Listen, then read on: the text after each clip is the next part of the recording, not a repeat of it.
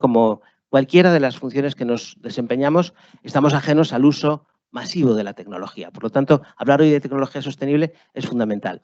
Eso es lo que hacemos en CIONET Iberoamérica. Nuestro propósito es mejorar este mundo haciendo que esos líderes tecnológicos hagan bien su función, impacten positivamente en su ámbito de influencia, en sus organizaciones, en sus entornos, en sus ciudades. Vamos a ver casos hoy de organizaciones públicas y privadas cuyo impacto es enorme, ¿no? Y que vivimos todos los días.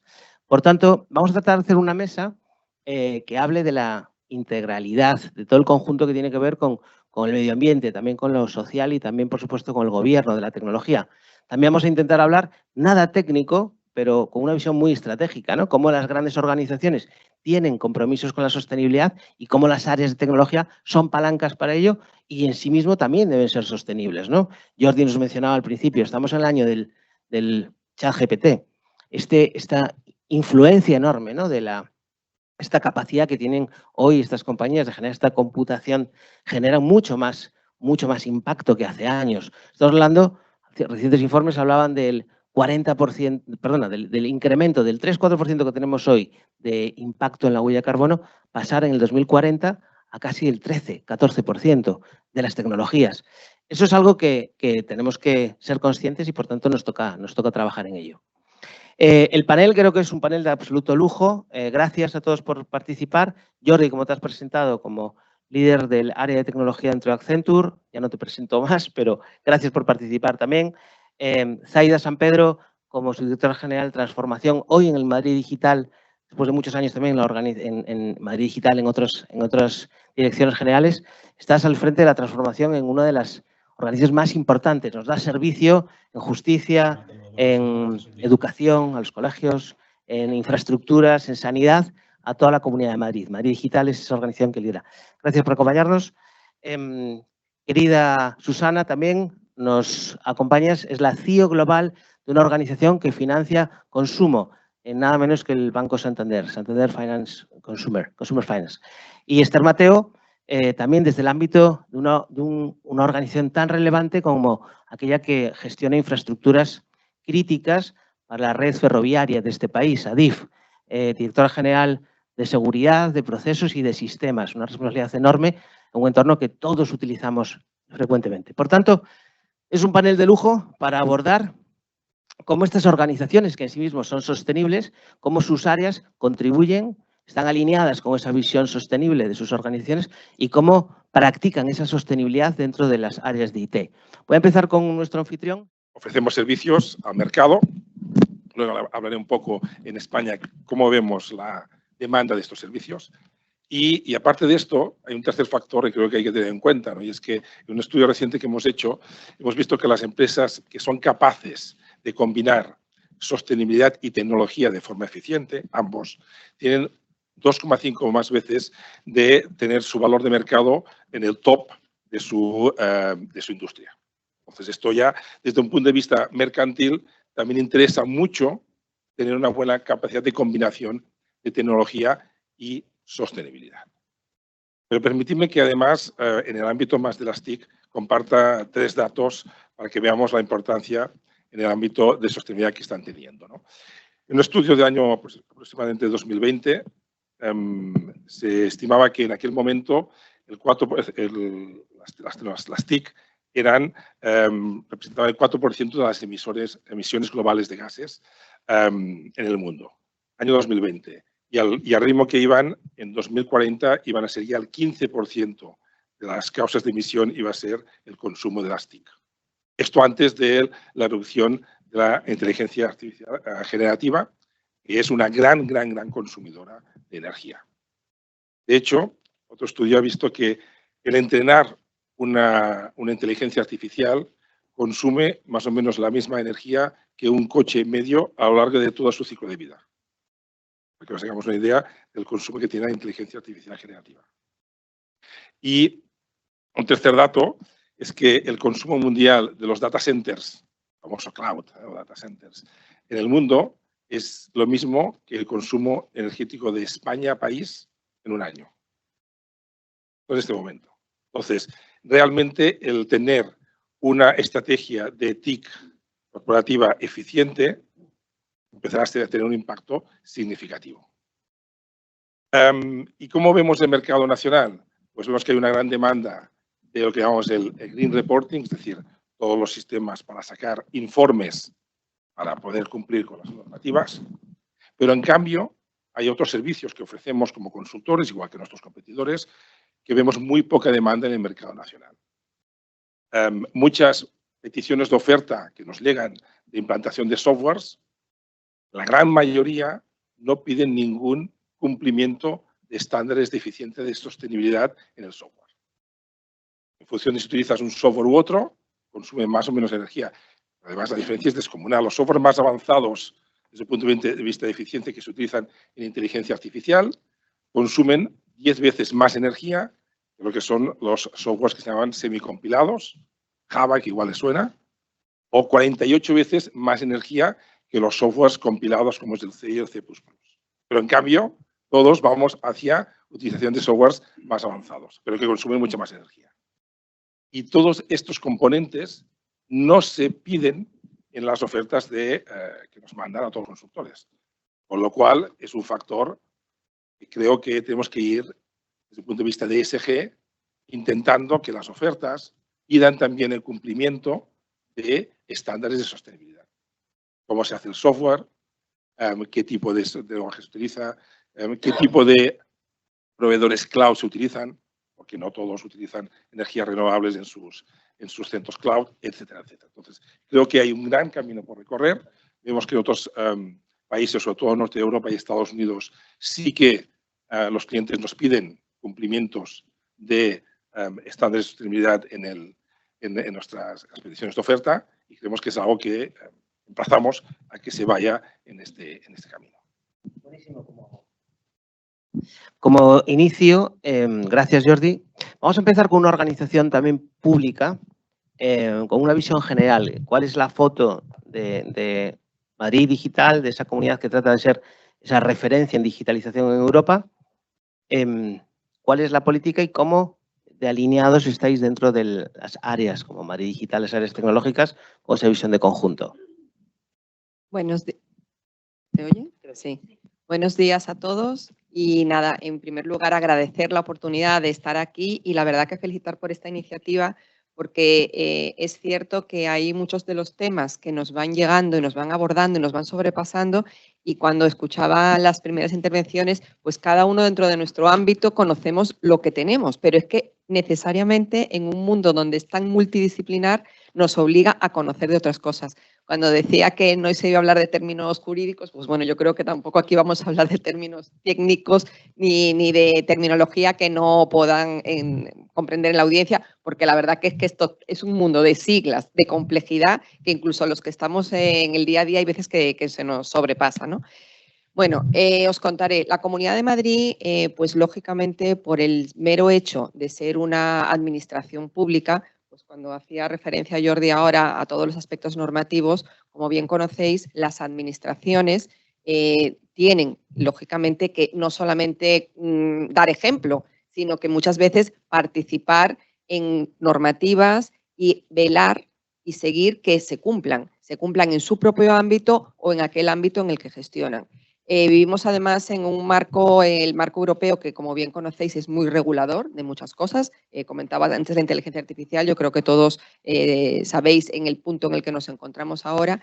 Entonces, la Comunidad de Madrid ha hecho, como no puede ser de otra manera, sus deberes desde el punto de vista de tener planes globales, con esa visión integral que comentaba Juan Carlos, de todo lo que hay que hacer en el mundo de la sostenibilidad, pensando no solamente en los temas medioambientales, que son sumamente importantes y nos preocupan mucho, sino también todas aquellas cuestiones de carácter social, porque lógicamente al ser una administración pública donde prestamos servicios públicos a los ciudadanos, pues son aspectos que también nos preocupan, entre otros muchos. Por tanto, aparte de estos planes, yo os comentaría que los hay en doble vertiente. Una, con carácter interno, qué tenemos que hacer internamente dentro de nuestra organización, en nuestra gestión, en todo lo que hacemos y en lo que también apoyamos a la ciudadanía, al tejido empresarial, porque también se dan, por ejemplo, ayudas, subvenciones, formación, el bono térmico que existe, o sea, muchas cosas que van también vinculadas a facilitar que todas estas cuestiones se cumplan. En materia global, por ejemplo, y algo que en lo que se lleva trabajando tiempo, pero de una manera muy especial ahora, es incluso en la optimización de los edificios. Todos sabéis que los edificios, en el momento en que están abiertos, luces, consumo de energía, obviamente, cuando ha llegado el teletrabajo, lo mismo que ha hecho Accenture, que estamos en vuestra casa, y muchas organizaciones, pues las administraciones públicas, aunque a veces van un poquito por detrás, lo estamos haciendo. Se está haciendo una optimización de espacios, consiguiendo que las sedes compartan más recursos porque parte del día están vacíos. Hablo del teletrabajo porque también en la gestión tecnológica, os voy a comentar pues, luego algún caso que hemos tenido en cuenta para hacer más eficiente el uso de la tecnología y el uso de los dispositivos que utilizan los más de 180.000 empleados públicos precisamente como consecuencia del teletrabajo. Entonces, bueno, yo creo que es una primera ronda dentro de la Comunidad de Madrid, Madrid Digital. Somos la agencia para la administración digital, somos los que prestamos todos los servicios TIC a la Comunidad de Madrid, exceptuando algunas cuestiones muy de carácter vertical, como puede ser el ámbito sanitario, los sistemas que tienen la palabra paciente. Por lo tanto, imaginaréis que tenemos una red de 4.300 sedes conectadas, porque ahí estamos hablando de coles, de hospitales, de centros de salud, de juzgados, un conjunto muy importante, como os he comentado, de empleados que todos basan su actividad en mayor o menor medida y cada vez en mayor medida en la tecnología. Por lo tanto, Madrid Digital, además de velar por nuestros servicios, porque ofrezcan lo que se espera de ellos, tenemos la responsabilidad de velar porque sean eficientes y porque se adecúen también a todas estas normas que hay en el ámbito SGT. Estupendo. Gracias, Aida. Susana, Banco Santander, Consumer Finance, es fundamentalmente una compañía tecnológica que presta servicios de financiación. La estrategia del banco, entiendo que un banco comprometido, una organización muy comprometida también con la sostenibilidad, ¿cómo engancha el área tecnológica en esa visión? Bueno, pues nada, también agradeceros mucho la organización del evento y la invitación a esta magnífica mesa. Bueno, pues efectivamente el Banco Santander tiene un gran compromiso con la sostenibilidad. Desde que se lanzó un poco todo el plan desde el Acuerdo de París del 2016, el banco ha hecho una agenda específica encaminada hacia conseguir esa sostenibilidad, incluso siendo un poco más agresiva en muchos aspectos que, bueno, pues que los estándares o que la exigencia que nos piden tanto los reguladores como el compromiso con la sociedad. Yo, bueno, soy la responsable de tecnología global de Santander Consumer Finance, que dentro del Grupo Santander es uno de los 5 negocios globales. Nos dedicamos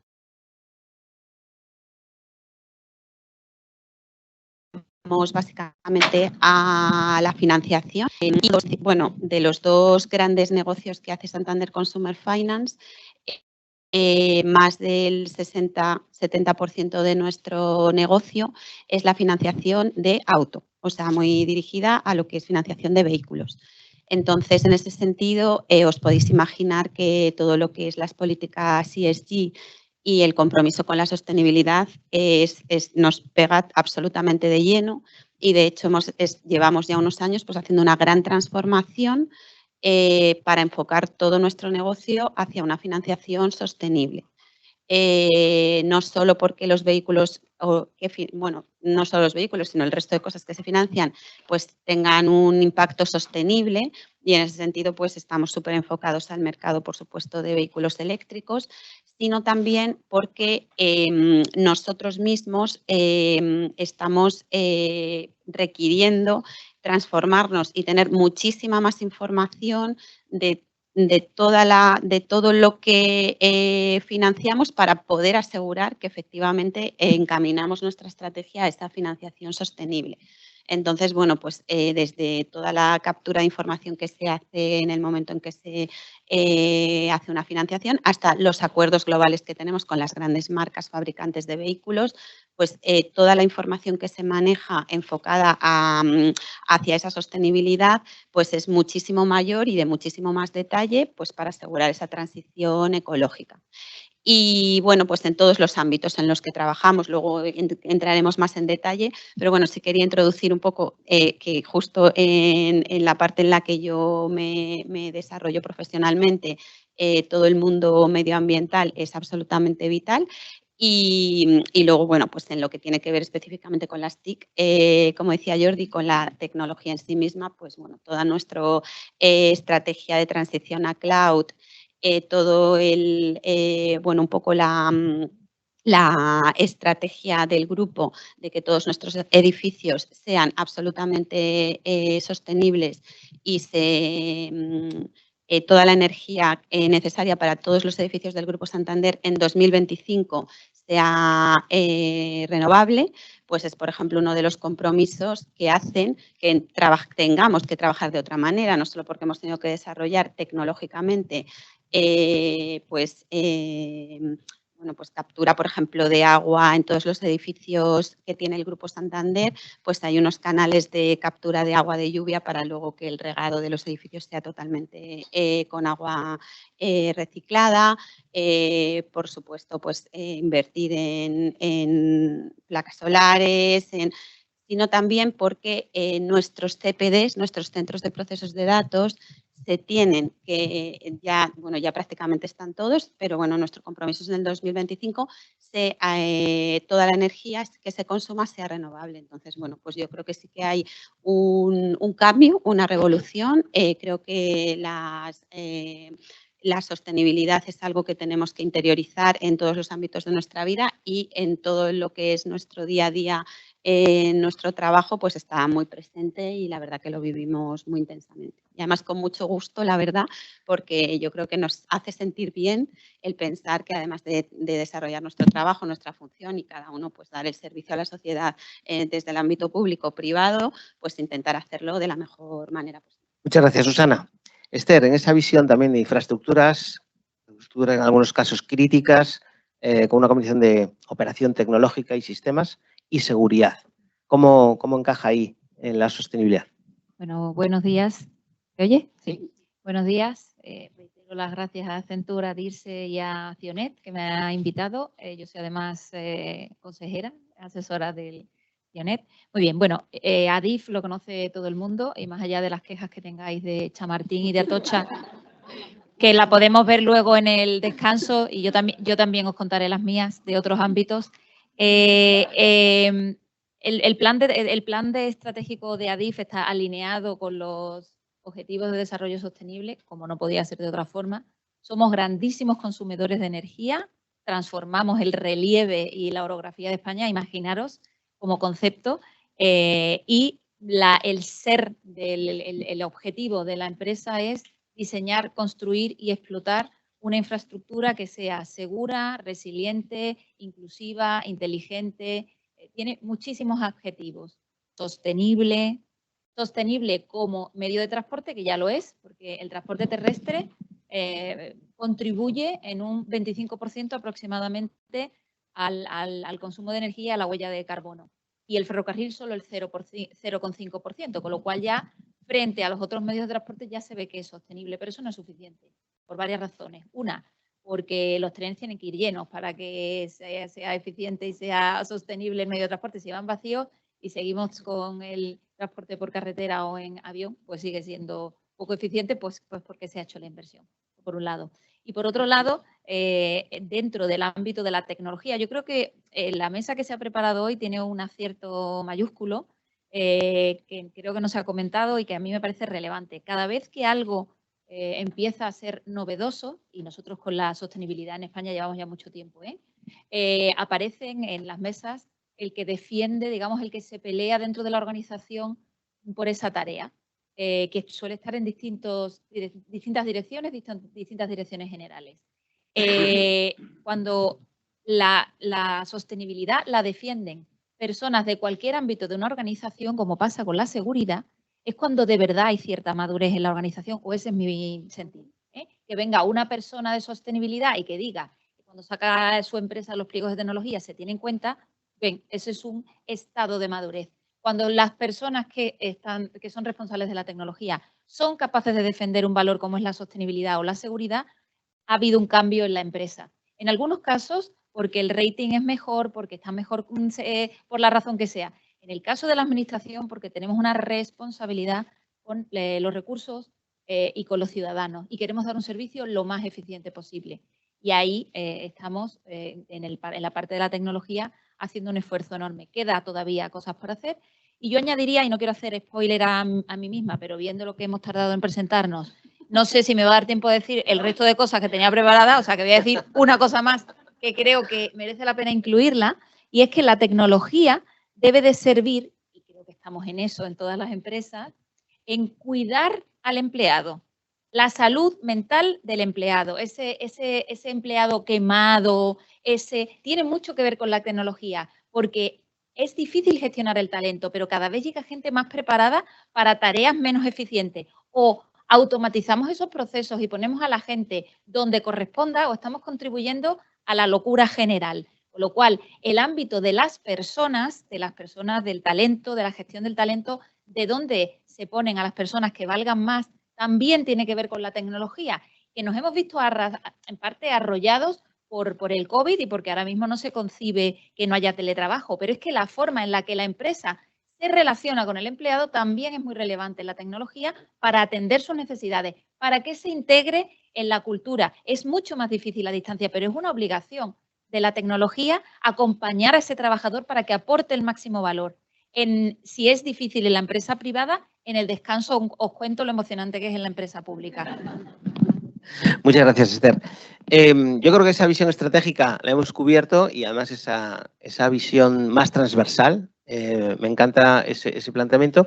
A mí me gustaría ahora que, sin entrar en términos técnicos ni entrar en ninguna situación muy, muy específica, nos pongáis ejemplos muy concretos del uso de ciertas tecnologías. O sea, cómo esas tecnologías están impactando y ejemplos concretos, incluidos algunos retos, dificultades que hayáis vivido y el cambio que ha supuesto, ¿no? Y antes tú hacías, Jordi, un repaso, pero inteligencia artificial, gestión del dato, por supuesto, el tema de la nube, el cloud, que ha implicado en los cambios de esos centros que teníamos internalizados a modelos en cloud. En fin, todos los aspectos que habéis trabajado en estos últimos años. Dándonos ejemplos concretos, y aquí ya sin orden, el que queráis empezar. Concreto y además no me voy a enrollar mucho, como dice Esther, estamos aquí. Pero bueno, por ejemplo, nosotros dentro del Grupo Santander, uno de los proyectos más relevantes, que además es un proyecto global a nivel mundial, que estamos desarrollando es la migración de todo lo que es nuestro core banking llamado Partenón, que los datos y la información de todos nuestros clientes se procesan en mainframes, en centros de procesos que consumen muchísima energía y muchísimos recursos, pues hemos sido bastante pioneros en convertir ese código que no era fácil porque solo sabe funcionar en este tipo de servidores más tradicionales, hacia la nube. Entonces, bueno, de hecho, pues se ha recibido un premio a la excelencia y a la innovación del grupo por este proyecto, porque, bueno, pues hemos conseguido, ya está implantado además en 3 bancos del Grupo Santander, en UK, en banca mayorista y en Brasil, este core banking nuestro, que además es común para todos los bancos retail en este caso, o sea, para lo que es la banca más, para nuestras cuentas bancarias, nuestros movimientos, los pagos, etcétera, el mover ese procesamiento de información de los sistemas mainframe más tradicionales hacia la nube, tanto nube pública como nube privada en código, mucho más eficiente a la hora de funcionar y que consume muchísima menos energía. Entonces, bueno, yo creo que es un ejemplo claro de innovación y de buscar la manera de hacer las cosas de una forma mucho más eficiente y sostenible. Sí, Susana, si me dices, ya que he centrado a Penalty y Ochuto, es un gran ejemplo que hemos dicho Accenture y Santander, y es un ejemplo muy importante. Es uno de los primeros bancos del mundo que se ha atrevido a hacer esta migración, que no es fácil, y que tiene una clara ventaja en la huella de carbono, porque los sistemas cloud consumen en general muchísima menos energía que son los sistemas mainframe que contaba Susana. Por lo tanto, este premio es un premio internacional. Es decir, a veces también aquí pecamos en España de que no hacemos nada, y este es un tema de innovación y de combinación tecnología-sostenibilidad realmente de 10, con lo cual agradezco a Santander que haya tenido la iniciativa de hacerlo, porque realmente es un ejemplo, ¿no? Y luego me gustaría simplemente comentar, ya que es el año de la inteligencia artificial, ¿no? Que todo el mundo, supongo que todos hemos probado algo con el chat GPT, ¿no? Y tal, igual, está muy bien y tal, pero dos mensajes, ¿no? Y entroncaré con el comentario también de Esther sobre las personas, ¿no? La erupción de la inteligencia artificial generativa, es decir, la inteligencia artificial que es capaz de generar cosas nuevas, no solamente de aprender, está generando un cambio sobre la percepción de la palabra tecnología.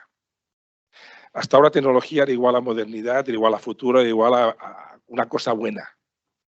Ahora tecnología está empezando a ser un problema, porque muchos de nosotros, mucha gente, ve en la inteligencia artificial generativa una posibilidad de perder su puesto de trabajo. Y eso es una realidad, eso está generando un estrés brutal en la sociedad, en nuestra organización y en las organizaciones en las cuales damos servicio, ¿no? Por lo tanto, la implantación de la inteligencia artificial tiene que ser sí o sí responsable. Responsable en muchos aspectos. Primero, en aspectos de seguridad de la propia organización, porque los resultados que pueda generar una inteligencia artificial generativa no siempre son certeros.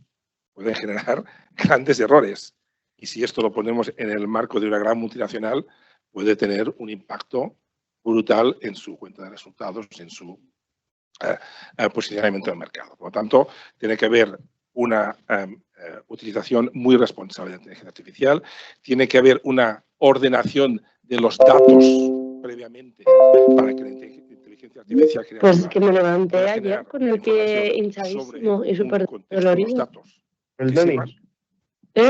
¿Por el tenis? Por hoy, no, si es que además tampoco había hecho nada, ni había, no sé, creo que es como un poco de, a ver, que no hay una estrategia de datos.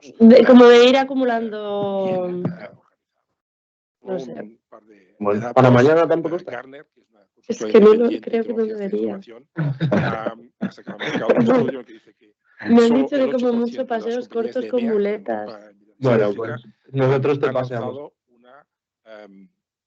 Una estrategia de inteligencia artificial.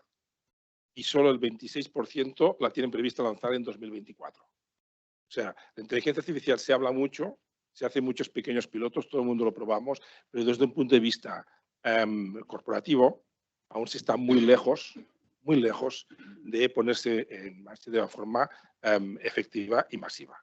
Lo cual, hay muchas perspectivas, puede ser bueno, puede ser malo. Yo creo que no es bueno que no haya una estrategia, porque es necesario tener una estrategia, definirla y actuar en consecuencia para tener una inteligencia artificial responsable. Responsable en sostenibilidad, responsable en ciberseguridad y responsable hacia las personas. Yo personalmente digo que intento sintetizar, con esto acabo, el futuro en una ecuación muy simple. El futuro es igual a la inteligencia artificial más la inteligencia humana.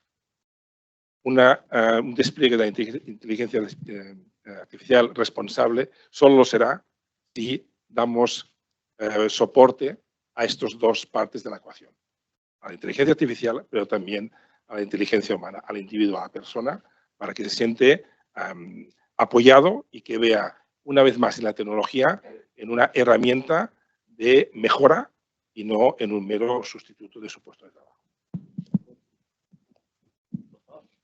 Bueno, pues si os parece, por también ir complementando temas que no se hayan tocado, aunque Jordi algo mencionaba de los requisitos, a veces cuando las organizaciones adquirimos servicios, productos, pues bueno, yo voy a compartir con vosotros que, dos cosas. voy a empezar por una y luego la siguiente, si me da tiempo, para que también pueda continuar hablando los compañeros de mesa, porque si no, Esther no la va a poder contar.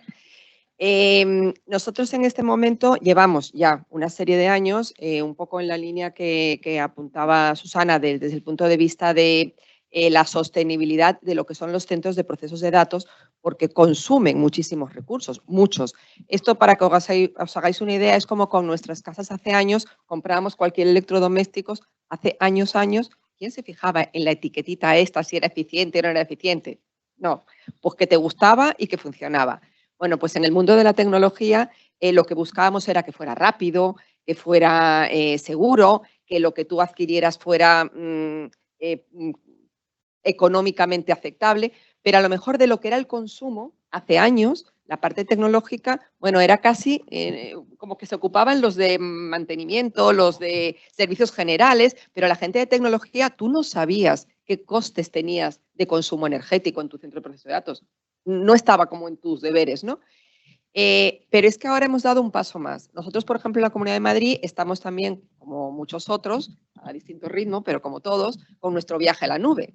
La nube pública, pero también la nube privada. Entonces, por ejemplo, cuando estamos montando servicios de nube privada basada en una infraestructura y también en el propio software que la gestiona, hemos incorporado dos novedades.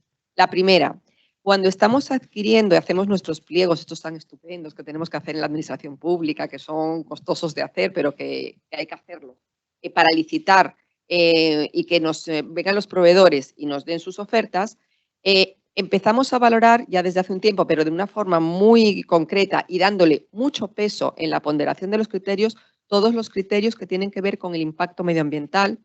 Vemos no solamente el coste energético que luego puede tener el mantener aquello, sino los certificados que a su vez el proveedor tiene sobre los productos y sobre su propia organización. O sea, si es una organización verdaderamente comprometida con todos estos valores de ESG o no lo es, y puntuamos. O sea, es decir, que no solamente estamos viendo la parte económica como tal, sino ese impacto medioambiental. Y luego, la otra cuestión es que hay software, ya que estamos en tecnología, muchas veces solemos decir que en casa de herrero cuchillo de palo. Los departamentos de tecnología muchas veces hacemos unos esfuerzos tremendos por dar servicios al resto de la organización y no siempre contamos con nuestras propias herramientas. Bueno, pues estamos incorporando módulos que van ex profeso a medir todo lo que tiene que ver con la huella de carbono, cuadros de mando, para ir viendo la evolución. Es decir, igual que tradicionalmente veníamos monitorizando y viendo si un sistema estaba yendo lento, si estaba cumpliendo, si estaba, bueno, todos los que estamos aquí hemos visto caídas de sistemas, justo cuando más lo necesitas vas al cajero y no funciona, justo cuando más lo necesitas vas a sacar un billete, no digo son ejemplos que nos pasan. Cuando vais a buscar una cita sanitaria, eso es Renfe. No, pero no lo digo por... No, estoy ejemplos diarios que tenemos, ¿vale? Entonces, ahora que estamos también monitorizando, no solamente eso, que eso es, lógicamente, funciona o no funciona, sino cómo de eficiente es.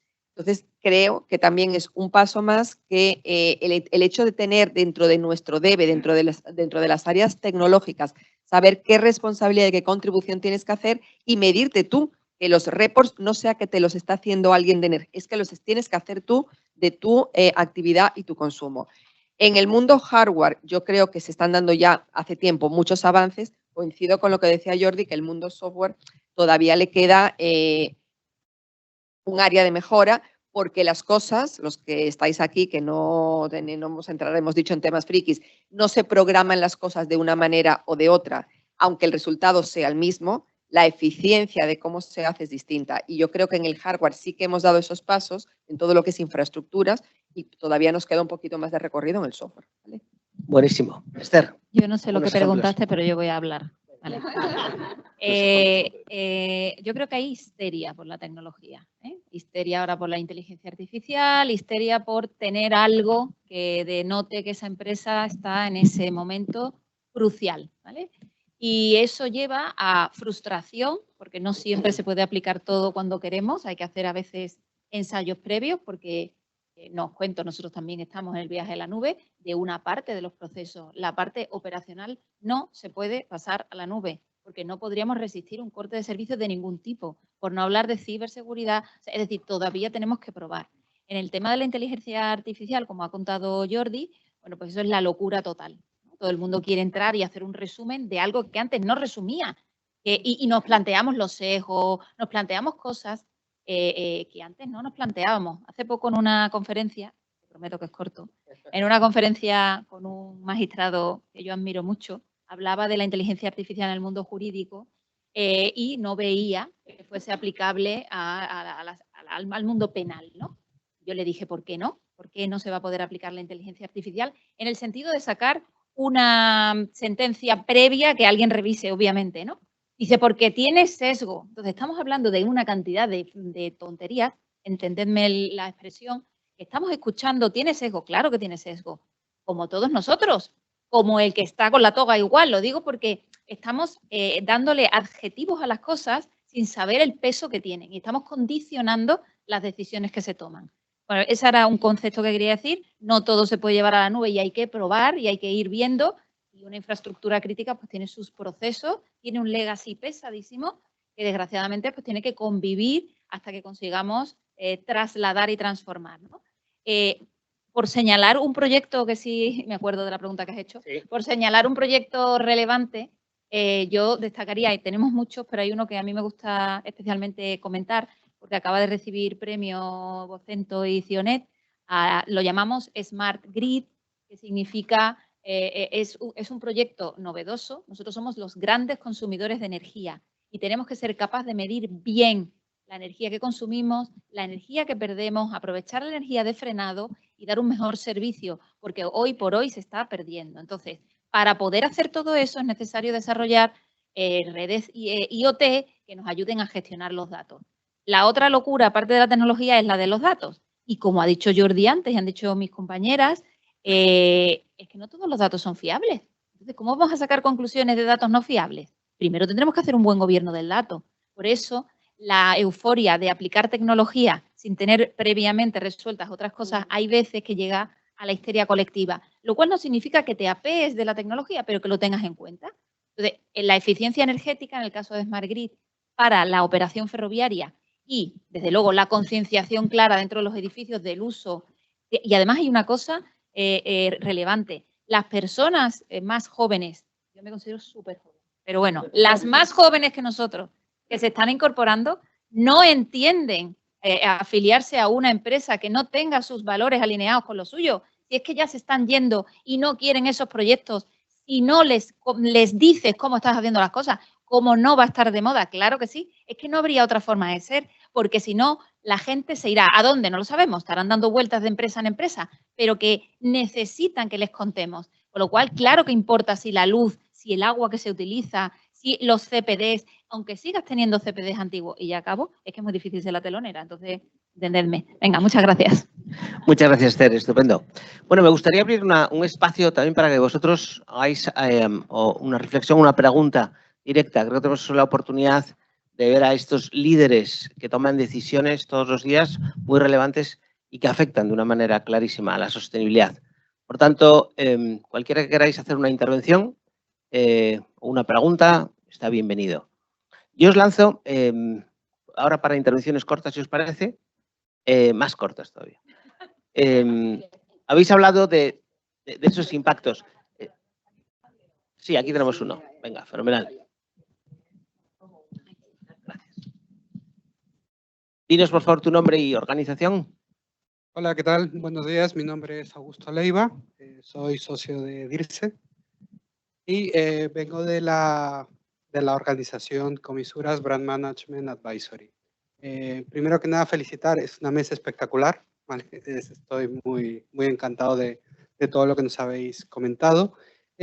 Mi pregunta iba acerca de cómo a través de la tecnología cruzado con los recursos humanos o con el capital humano podéis medir, ya que estabais hablando de las métricas, de los datos y todo lo demás, podéis medir, por ejemplo, el desgaste laboral. O sea, cómo a través de los datos se pueden medir esto y si esto en sus respectivas organizaciones os lo estáis reportando.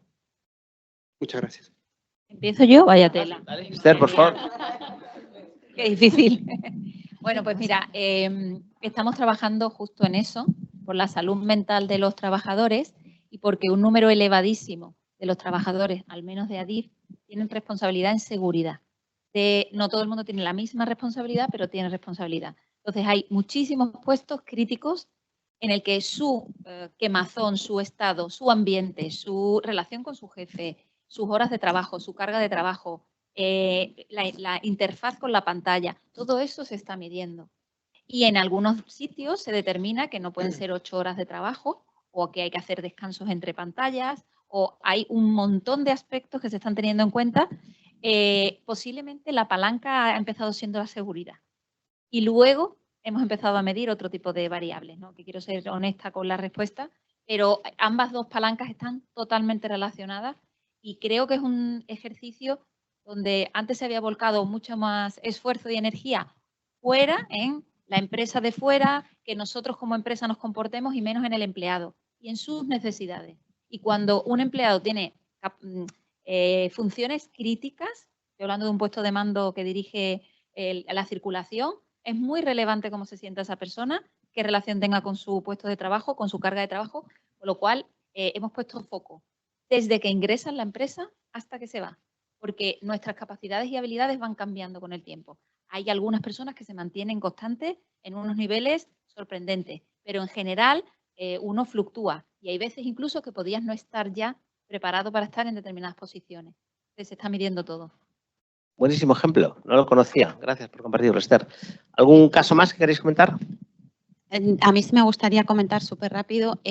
Nosotros también desde hace 3 años se introdujo, además de, por supuesto, las evaluaciones del desempeño, una serie de 3 veces al año, pues reuniones con los equipos, pues para percibir todo este tipo de cosas más de manera más personalizada, pero se introdujo una encuesta de clima dentro de todo el grupo a nivel mundial.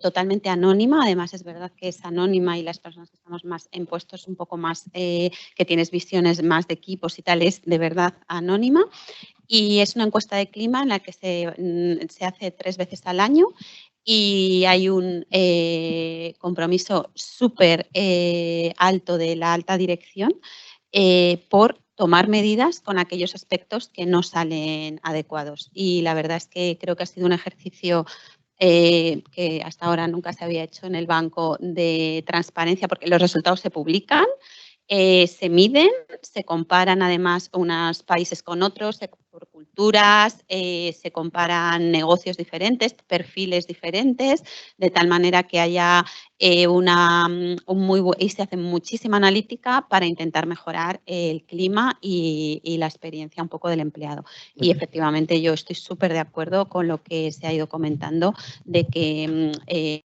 o sea, es que los empleados somos una parte fundamental del negocio. O sea, si los empleados no están convencidos de lo que estamos haciendo, es que el negocio no va a ir para adelante.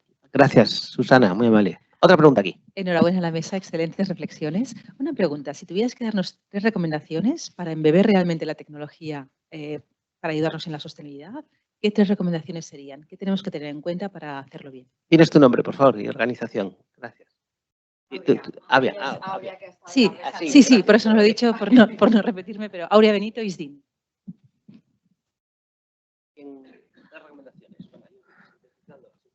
Bueno, yo diría primero tener un plan, una estrategia clara, porque empezar a disparar a todos lados pues, está muy bien, pero pierdes el sentido holístico del objetivo, ¿no? Y así al final, no olvidemos, tenemos que combinar varios objetivos, ¿no? Un objetivo de servicio a nuestras organizaciones, desde la tecnología, un objetivo económico, al final todos trabajamos empresas que tienen un objetivo económico, ¿no?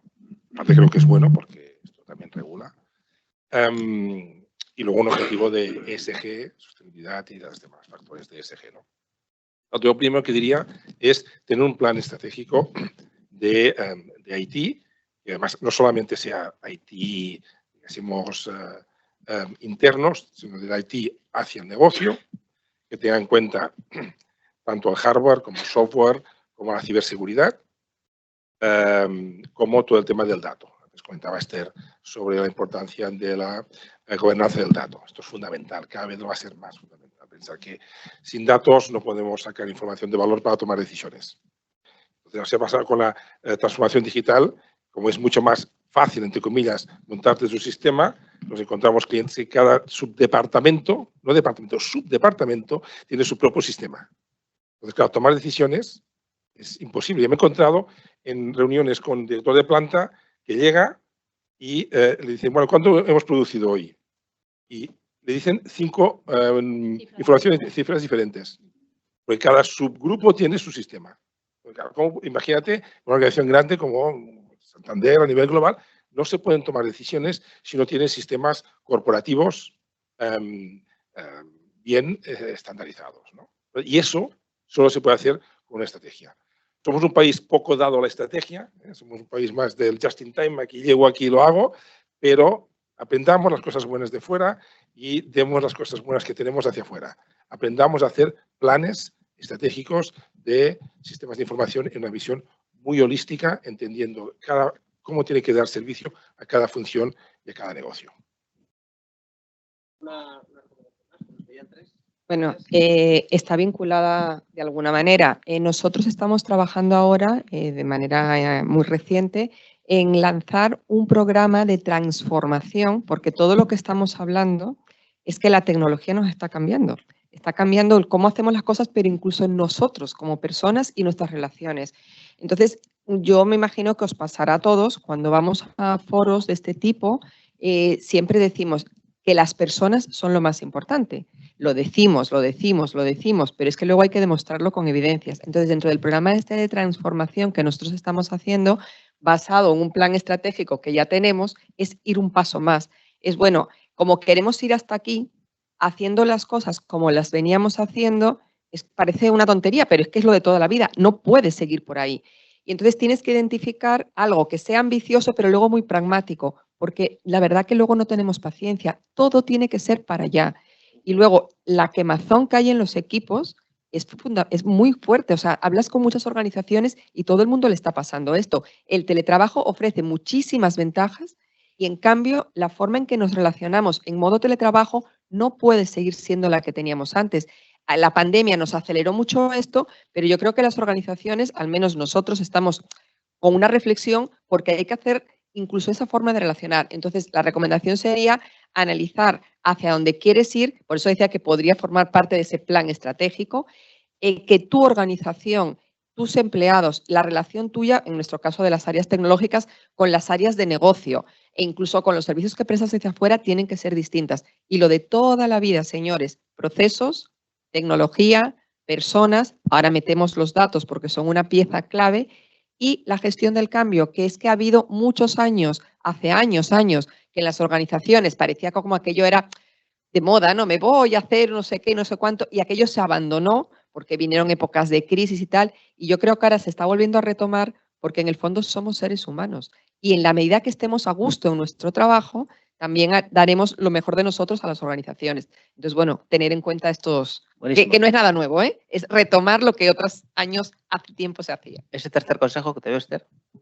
Yo quería decir que creo que como ciudadanos tenemos que hacer un ejercicio de contención,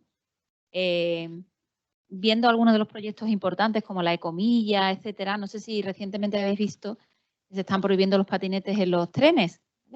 Y claro, eso choca con la movilidad esta multimodal de ahí ahora vas en patinete, que bueno, habrá que ver quién va en una alta velocidad en patinete. Pero bueno, ese es otro tema. Lo que quiero decir con esto es que no todo es posible a la vez. No es posible, no puedes coger un patinete, llevártelo, no es posible, ni tiene sentido.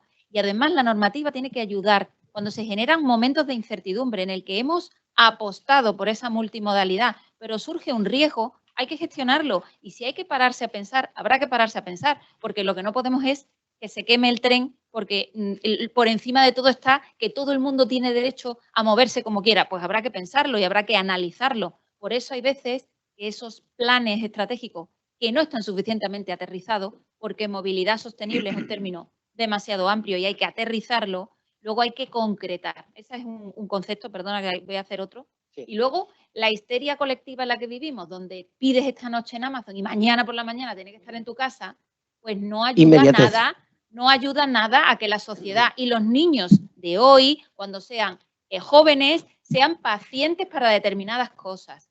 Y nosotros mismos estamos ofreciendo servicios a unas velocidades que ni siquiera da tiempo a analizar el impacto que tiene. Entonces, hay que frenar para acelerar con el ritmo adecuado cuando tengamos una buena estrategia.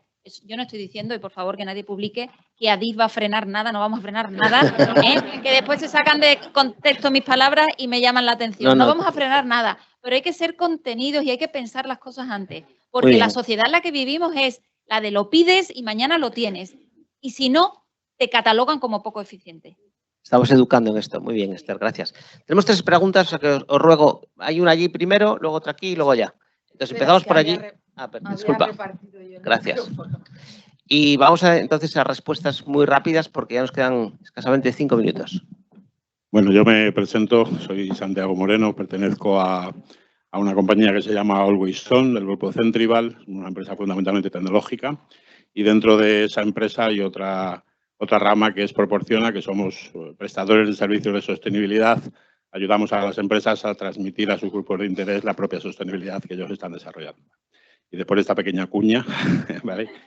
Yo, al contrario que Esther, no soy tan joven, ¿vale? Tengo ya una edad.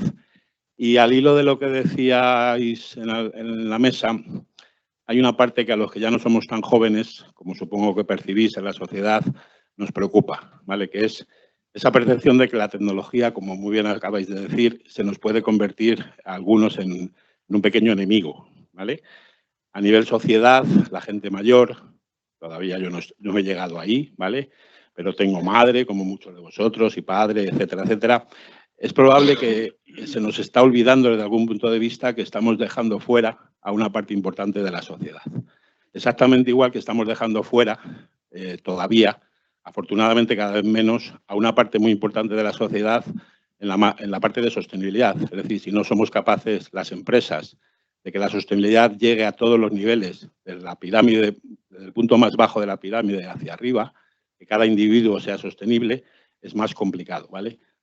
Vuestra opinión con respecto a qué tenemos que hacer en relación con esa percepción de la gente más mayor de que la sostenibilidad es un enemigo. Brecha digital y la exclusión de determinados colectivos. Eso es. Muchas gracias. ¿Quieres, en la Comunidad de Madrid, por ejemplo, tienes muy buenos ejemplos? Sí, bueno, nosotros tenemos varios ejemplos. De hecho, hay algunos de nuestros lemas que es sin dejar a nadie atrás. Estamos lanzando varias cosas, programas formativos para que lleguen a la población. Y luego hay una cosa muy importante, y un poco en la línea que tú apuntabas. Nosotros, dentro de la obligación que tenemos de prestar atención, por ejemplo, algo tan tonto como las oficinas de atención al ciudadano. Es verdad que tienes la web, es verdad que puedes tener un chatbot que te ayuda, etc., pero la presencialidad y el teléfono de toda la vida para determinada población lo tienes que seguir manteniendo.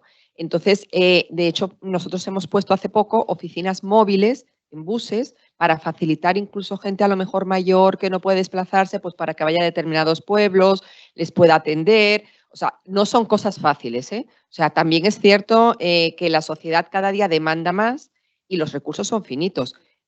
Es algo que también tenemos que ser conscientes. Es que prometo hacer, pero luego tienes que saber con qué recursos y cómo lo vas a hacer. En todo caso, sí es cierto que la administración pública en ese sentido sí que hace esfuerzos por avanzar en tecnología y hace esfuerzos en que no se quede nadie atrás, porque es nuestra obligación hacerlo. Ejemplos como la Fundación Accenture también está haciendo planes, por ejemplo, de formación de reskilling en empleados.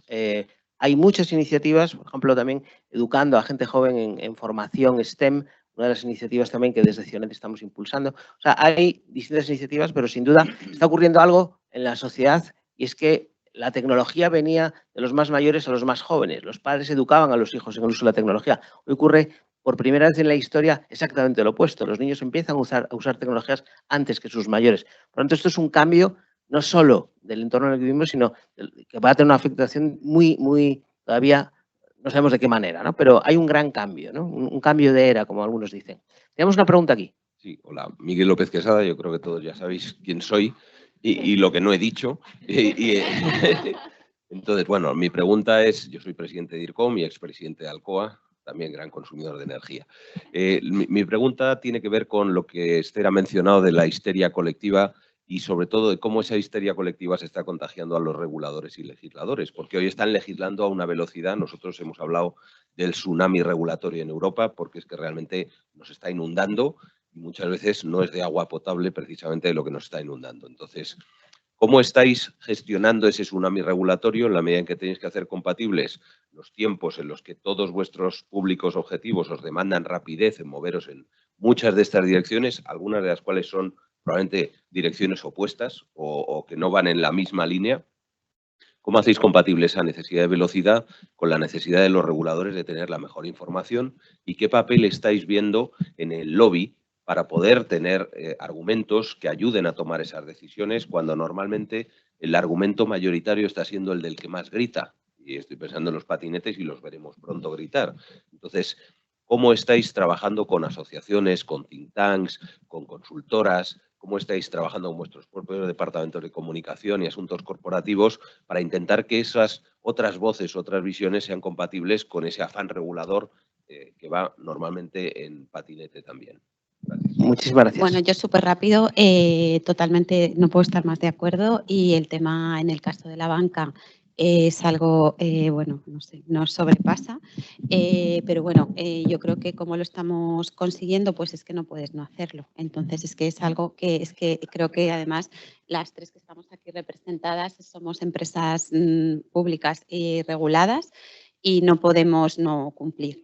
Entonces, bueno, yo creo que lo que estamos haciendo nosotros, por lo menos en el grupo Santander, es darle muchísimo valor al dato. Estamos empezando a trabajar desde el origen de los datos, con muchísimo gobierno del dato, con datos granulares. Antes trabajábamos mucho con pues, las unidades, por ejemplo, en nuestro caso Consumer Finance, que somos 13 unidades en Europa, nos mandaban información agregada. No es posible porque no eres capaz de dar la información que te pide el regulador con información agregada. Entonces ya estamos trabajando, gracias a Dios, en ese sentido la tecnología sí lo permite, pues el almacenamiento de información granular, con muchísimo gobierno de ese dato para que el dato sea totalmente bueno desde el origen hasta el procesamiento y estemos seguros de que la información es válida, e intentando centralizar y hacer cosas globales. En el grupo, por lo menos, estamos haciendo muchísimo reporting regulatorio de manera centralizada, dando ese servicio a las unidades de los países desde la corporación y de manera centralizada, porque si no es imposible y porque solo estar al día, conocerlo, llegar a tiempo y además dar una información igual de todas, o sea, con un mismo criterio, con criterios comunes y con definiciones comunes. Entonces, bueno, esos dos conceptos, centralización para ser más eficientes y para hacer las cosas solo una vez, y dando muchísimo cariño al dato desde el origen y almacenando datos granulares. Buenísimo ejemplo. Esther, muy rápido y vamos con la última. Pues si fuese muy rápido respondiendo con Lexatin. Pero ampliando un poco más el detalle, es imposible seguir el nivel regulatorio que hay. Pero es que el enfoque de esa regulación a veces tiene más que ver con reportar y con que otro sepa que con resolver. Con lo cual tampoco va por la senda de ayudarte a cumplir. Es cierto que Europa se ha quedado en medio entre Estados Unidos y China y somos los grandes reguladores para lo bueno y para lo malo. En mi opinión, estamos sobreregulados y las organizaciones no son capaces de ponerse al día con lo que tienen que hacer. Con lo cual, pues estás en un punto pues muy complicado y muy tenso. Hay una cosa que yo creo que nos ayudaría a todos y es conocer cómo el mundo judicial entiende los incumplimientos que se podrían dar o que ya se están dando en caso de que ocurra algo. Y lo digo por una cosa importante. El mundo anglosajón, que tiene otra forma de pensar, comen fatal, pues alguna cosa tenía que tener en la vida, pues piensan bien, comen mal y piensan bien. Normalmente cuando tienen este tipo de incidentes, el responsable suele ser la organización. Y en España tenemos a responsabilizar a una persona. Y eso hace que la organización se sobreproteja y nadie dé un paso a veces, salvo que en un banco que pierdes el trust y es que no te queda otra, pero en la empresa pública, donde todo el mundo quiere estar tan protegido que hemos pasado a tener montañas de papeles con evidencias de cosas que no sabemos comprobar si cumplen o no cumplen. Para asegurarlo. Gracias, Esther. Magnífico ejemplo. Última pregunta. Teníamos aquí. Delante. Esta es. Es la tercera. Creo que eres tú. Me parece que has levantado la mano. ¿Hay alguien más? ¿No? No. Pues nada, entonces está. Yo creo que con esto concluimos. Gracias por estas últimas preguntas. Gracias por hacer un espacio en vuestra agenda. Hemos hecho una incertidumbre fenomenal. Yo me quedaría con algunas de esas ideas de la transversalidad, ¿no? De la sostenibilidad. Yo creo que la tecnología, sin ninguna duda, lejos de la calificación de si es bueno o malo, es una palanca fundamental para asegurar sostenibilidad, para asegurar mecanismos, o estos planes que habéis mencionado, pero que no podemos vivir hoy sin ser conscientes de que la tecnología forma parte de nuestras vidas, de nuestras organizaciones y que va a seguir siendo así con una mayor intensidad. Y habrá una gran brecha entre las organizaciones que hacen uso de esa tecnología de manera sostenible y las que no lo hagan. Por lo tanto, os invito a contar con los líderes tecnológicos, ejemplos de los 4 que están hoy aquí, como grandes aliados, tomar en cuenta también que ese cambio sin un plan de transformación no va a ocurrir y, por tanto, necesitamos adaptarnos. Muchas gracias y un auténtico placer estar con vosotros esta mañana. Hasta pronto.